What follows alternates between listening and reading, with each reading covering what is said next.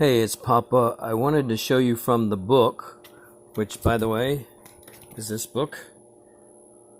But you can get this book on Amazon Books, and that's what we're using for these videos that I'm doing, and I have permission to use the book. So, we've been talking about rock reaction, which means rocks, Felsic rocks, intermediate rocks, mafic rocks, and ultramafic rocks. And so I've got this chart from the book, and I'll just hold this up here so you can see it. We're looking at quartz, and see the third column, it tells you felsic or mafic, etc. Quartz is a felsic mineral. Potassium felspar, a felsic mineral. Muscovite mica, a felsic mineral. Biotite mica is an intermediate mineral. Let's flip over to the next page. Okay, Plagioclase Bellspar, which is a name that they used to refer to felspar that has some mix of sodium and calcium in it. I break that up into two kinds, sodium felspar and calcium felspar.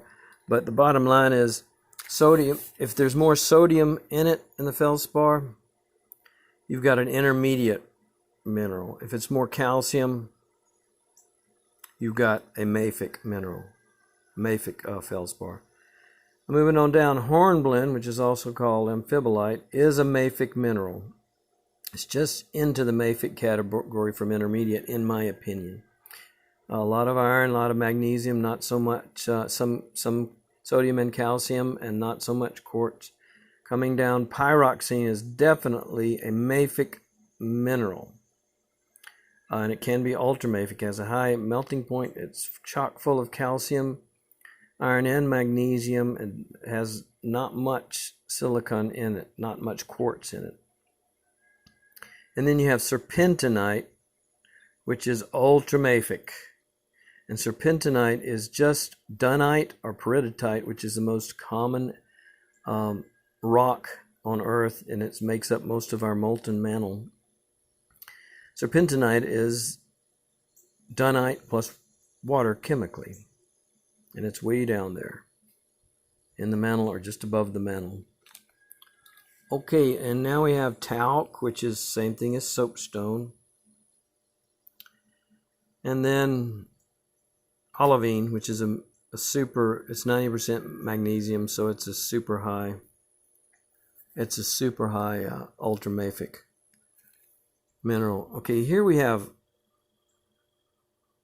these are some of the different kinds of felspar. I'll just hold this up there for a minute, even though this is a little bit different from what we've been looking at. So that's from the book, and you can pause the video if you want to look at some of these charts, sections of these charts longer. But this will show you what the basic felsic minerals, intermediate minerals, mafic minerals, and ultramafic minerals. Okie dokie. It's a beautiful day. Papa out.